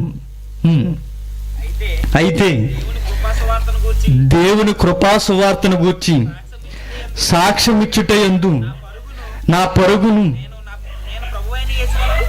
నేను ప్రభువైన యేసు వలన పొందిన పరిచర్యను తుదముట్టింపవలనని నా ప్రాణమును నాకెంత మాత్రమును ప్రియమైనదిగా ఎంచుకోవడం లేదు. నా ప్రాణాన్ని క్రీస్తు సువార్తను, క్రీస్తు త్యాగాన్ని సమాజానికి వెదజల్లడానికి నా ప్రాణం నాకెంత మాత్రం ప్రియమైనది కాదు. ఎందుకు? అర్థమైనడికి అలానే ఉంటుందండి. దేవుని కొరకు, క్రీస్తు కొరకు నా ప్రాణాన్ని అవసరమైతే వెదజల్లేస్తాను, వదిలేస్తాను. ఎందుకంటే ఆయన త్యాగం ముందు నా రుణాన్ని నేను ఎలా చెల్లించుకోను, నా రుణాన్ని ఎలా తీర్చుకోను? నేను ఆయనకు రుణస్థుడను. నా పాపాన్ని తీసి దేవుని శిక్షను దూరం చేశాడు. నేను రుణస్థుడని ఏమిచ్చి రుణం తీర్చుకోను? అది పాత నిబంధన భక్తుల దగ్గర నుండి మనకు కనబడుతుంది ఆ కీర్తనలో. ఆ రుణాన్ని మనం ఎలా చెల్లించగలం? అది ఎప్పటికీ తీరక అట్లు ఉండాల్సినదే. అందుకే పౌలుకి తెలుసు, యోహానుకి తెలుసు, అందరికీ తెలుసు దాన్ని ఎలా చెల్లించగలం. మేము చెల్లించలేం. అంతేకంటున్నాడు, ఒకవేళ ఆ బాకీ తీరడానికి నా ప్రాణమే పోవాలనుకుంటే నా ప్రాణాన్ని ఇవ్వడానికి నేను ఎంత మాత్రం వెనక ఆడను. పౌలు శిష్యులు అంతకేనండి పరుగులు తీసి ఆ ఉరుకులు పరుగుల జీవితంలోనే యేసుక్రీస్తు కొరకు ఆవిరైపోయారు. మనలాంటి ఒక ఆయన ఉండేవాడు యేసుక్రీస్తు దగ్గర. ఎవరనుకుంటున్నారు? ఆయన తోమా. ఆయన అచ్చు మనలాంటాడండి. చూడాలన్నీ అన్ని సైంటిఫిక్ విట్నెస్లు ఉండాలి. సైంటిఫిక్గా చూస్తే కానీ నమ్మడు, రుజువులు ఉండాలి ఆయనకి. మనలాగే అన్నీ చూశాడు, మనలాగే అన్నీ నేను చూస్తే కానీ నమ్మను అన్నాడు. అరే తిరిగావు కదా బోధలు, లేదండి చూడాలి. చూడాలనుకున్నది చూశాడు. తోమా, ఎందుకు చూడలేకపోతున్నావు? ఈ గాయం చూడు, పక్కలో వేలుపెట్టి చూడు. నివ్వెరపోయాడండి తోమా. మోకరించి అన్నాడు, ప్రభువా, నువ్వు నిజముగానే దేవుని కుమారుడు, సజీవుడు, నిన్ను నేను అపార్థం చేసుకున్నాను. అర్థమైపోయిందండి తోమాకి. అప్పటి వరకు అనుమానంతో ఉన్నవాడు ఇది నిజమని తెలిసిపోయేసరికి ఎక్కడ వరకు పరిగెట్టాడో తెలుసా? మనం ఉన్న ఈ నేల ఇండియా వరకు వచ్చేసాడు. ఎవరో? యేసుక్రీస్తు తిరిగిన తోమ ఇండియాకు వచ్చి కేరళ, తమిళనాడు మధ్య ప్రాంతంలో అన్యజనులు సోలాలతో చంపేశారంట ఆయన్ని. అయినా ఏమన్నాడో తెలుసా? నేను క్రీస్తు కొరకు చావడానికి వచ్చాను, మీరు బ్రతకండి అన్నాడు. ఎంత విచిత్రం చూడండి. ఒకరోజు అపనమ్మకంతో ఉన్నవాడు అది దృఢమైన నిజమని నమ్మిన తర్వాత ఆయన పట్టుకోవడం ఎవడి వలన కాలేదు. చైనా తిరిగాడు, ఇండియా తిరిగాడు, చివరికి ఇండియాకు వచ్చి తమిళనాడులో చెన్నై పట్టణం పర్వతం మీద చనిపోయాడండి. అర్థం చేసుకున్నాడు కనుక, నా ప్రాణం ఉందంటే ఎవరి కోసం ఉందో ఆయనకు అర్థమైంది కనుక, ఆయన కోసం ఉంది కనుక నేను చనిపోయినా పర్వాలేదు. బల్లాలతో పొడిచేస్తున్న యేసుప్రభువా వీరిని క్షమించున్నాడు. నీకు అనుమానం అంటే ఎప్పటికీ చెన్నై పోయి కూడా ఆయన సమాధి ఉంటుంది. ఎప్పటికీ ఇంకా నమ్మనంటే ఎప్పటికి ఉంది. యేసుక్రీస్తు తిరుగునోడు ఎక్కడ వరకు వచ్చాడంటే, యేసుక్రీస్తుని గురించి నేర్చుకున్నావు. నువ్వు ఎక్కడ వరకు వెళ్తున్నావు చెప్పు? నీ ఇల్లే దాటవు కదా, నీ పక్కనున్న సహోదరుడికే చెప్పవు కదా, నీ పక్కనున్న వాడిని మార్చడానికి కనీసం నీ ఇంటి గడప దాటుతావా? ఏమర్థమైంది? ఆయన ప్రేమ చెప్పు. శిష్యులకున్న త్యాగం ఏంటి, మనకేంటి? వారు మనుషులే కదండి, వారు మనుషులే కదా. వారు మనుషులైనప్పుడు మనం మనుషులు. వారు బ్రతికినప్పుడు మనం ఎందుకు బ్రతకలేని చెప్పండి? వారు యేసుక్రీస్తు కొరకు ప్రకటన చేసినప్పుడు మనం ఎందుకు ప్రకటన చేయాలి? పౌలు కొన్నదేంటి, మనకు లేనిదేంటి? పేతురు కొన్నదేంటి, మనకు లేనిదేంటి? వారు అదే ప్రభువుని నమ్మారు, వారు అదే బైబిల్ పట్టుకున్నారు, వారు అదే పరిశుద్ధాత్మను పొందారు, మనం అవే కొలమానాలు పొందుతున్నాం. వారు అంతగా బ్రతికినప్పుడు మనం ఎందుకు బ్రతకలేము? ఆ మంకు పట్టలేదా నీకు? బ్రతకాలన్న ఆలోచన లేదా? ఆయన కొరకు చెప్పాలన్న, చనిపోవాలన్న ఆలోచన లేదా?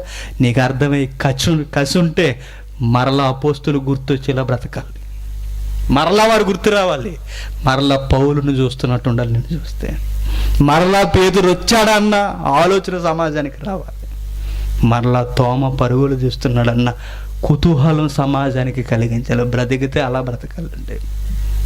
శిష్యులకి అది ఉంది. యేసుక్రీస్తుని నమ్మిన మొదటి సంఘం అలా అర్థం చేసుకుంది. ఆ శిక్షను తప్పించాడు కనుకే ఆయన ప్రేమకు ఆది సంఘం, అపోస్తులందరూ తమ్మును తాము అర్పించుకొని బానిసలుగా అయిపోయారు. అందుకే యేసుక్రీస్తు వెళుతూ వెళుతూ చివరిని ఏమంటాడు తెలుసా? చూడండి, యోహాను సువార్త ముగించుకుందాం. యోహాను సువార్త 19వ అధ్యాయం 30వ వచనం.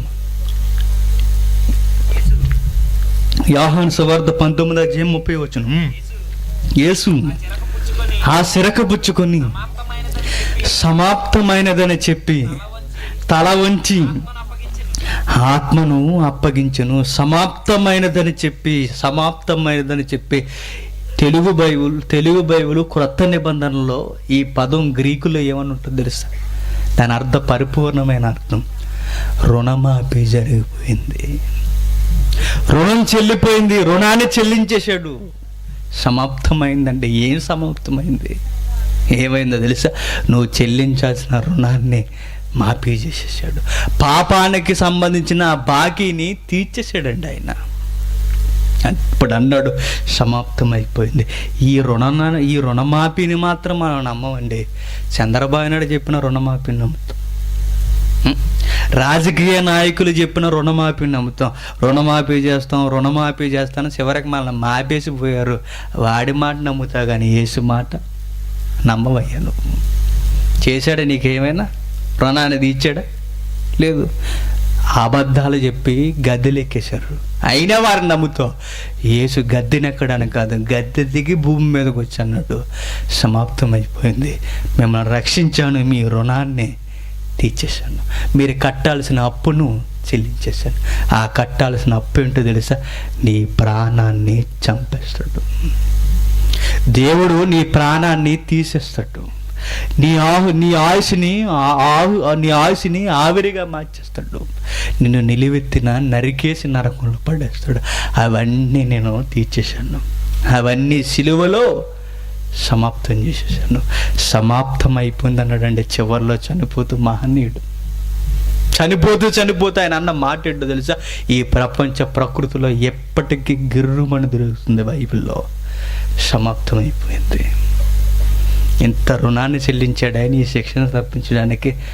ఆయనకి ఏమన్నా ఇంత రుణం ఉన్నానని ఏ రోజైనా ఆయన కొరకు ఇంత కష్టపడ్డానని చెప్పు. ఏముంది మన లిస్టులో? ఉదయం లేచి వైట్ పేపర్ పక్కన పెట్టుకుని రాసుకో ఏం చేసావు. అన్నీ మన పనులేనండి. ఉదయం లేచిన దగ్గర నుండి సాయంత్రం పడుకునేంత వరకు అన్నీ మన పనులే. ఆయన కొరకు ఏం చేసావయ్య అంటే ఏమీ ఉండదు. ఏం చేసావు? మనలాంటి యవనస్తుడే, మనలాంటి వయసు ఉన్నవాడే ఒకరోజు యేసు ప్రేమకు గొలుసులకు చిక్కిన తర్వాత ఎలా మారిపోయాడు సార్ తిమోతి. అందరూ తమ సొంత కార్యాలు చూసుకుంటున్నాడు, తిమోతి మాత్రం క్రీస్తు కార్యాలు చూస్తున్నాడు అంటాడు ఫిలిప్పీ పత్రికలో. అందరూ తమ సొంత కార్యాలు చూసుకుంటారు, అందరూ. కానీ ఈ తరములో నేను చూస్తున్న ఒక వ్యక్తి ఉన్నాడు, తిమోతి. తన మాత్రం దేవుని కార్యాలు, క్రీస్తు కార్యాలు చూస్తున్నాడు. క్రీస్తు కార్యాలు చూస్తున్న తిమోతిని ఒక్కసారి వైట్ పేపర్ దగ్గర పెట్టుకుని తిమోతి యొక్క రోజువారీ కార్యక్రమాన్ని రాస్తే అన్నీ క్రీస్తు క్రీస్తు క్రీస్తు క్రీస్తు క్రీస్తు అని వస్తాయండి. ఉదయం లేచాడు, ఏం చేశాడు? ప్రార్థన చేశాడు. తర్వాత ఏం చేశాడు? బ్రేక్ఫాస్ట్కి ముందు ప్రార్థన చేశాడు. తర్వాత ఏం చేశాడు? తిన్న తర్వాత సువార్త చేశాడు. తర్వాత ఏం చేశాడు? మరలా పరిగెట్టాడు, సువార్త చేశాడు. మధ్యాహ్నం ఏం చేశాడు? మరలా ప్రార్థన చేశాడు. తిన్న తర్వాత ఏం చేశాడు? మరలా సువార్త చెప్పాడు. ఇదంతా ఏం చేస్తున్నాడు? అడ్రస్ క్రీస్తు. నువ్వు బ్రేక్ఫాస్ట్ తినేసాడు, తిరిగేశాడు. మళ్ళీ వచ్చాడు, మధ్యాహ్నం తినేసాడు, తిరిగేశాడు. మళ్ళీ వచ్చాడు, మూడో పూట తినేసాడు, తిరిగేశాడు. ఎవడు? నువ్వు నేను. నీ గురించి చెప్పుకోవడానికి ఏముంది? ఇంకో పూట ఎక్కువ తినేసే వాళ్ళు కూడా ఉన్నారండి ఈరోజు. 3 పూటలు జరుపు.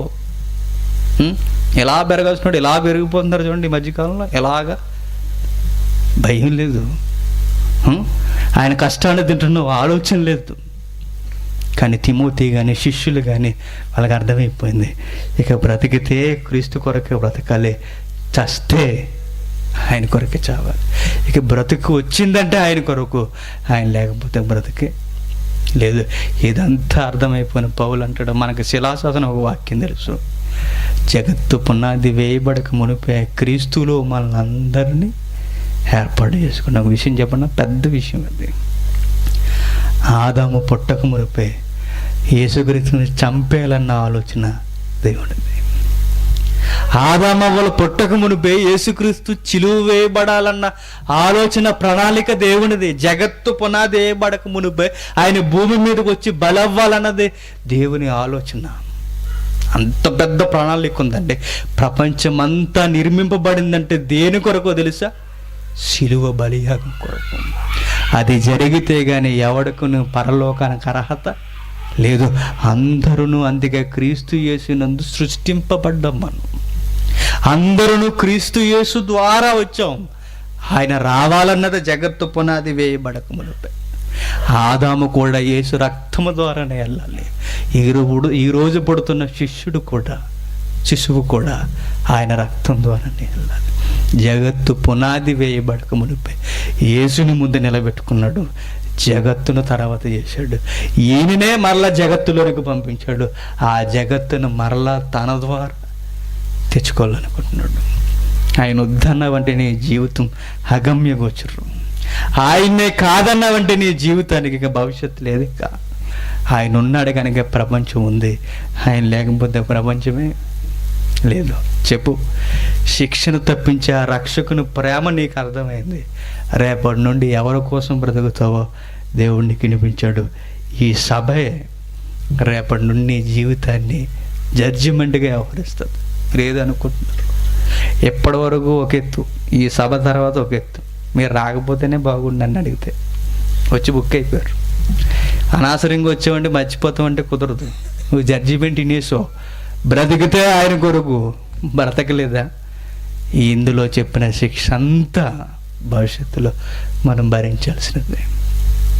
ఆయన ప్రేమకు బానిసలుగా, ఆ శిక్షను తప్పించిన ప్రేమకు సహోదరులుగా అనేక సహోదరులను రక్షించడానికి మనం సహోదరుల నిమిత్తం ప్రాణం పెట్టబద్ధులమై ఉన్నాం.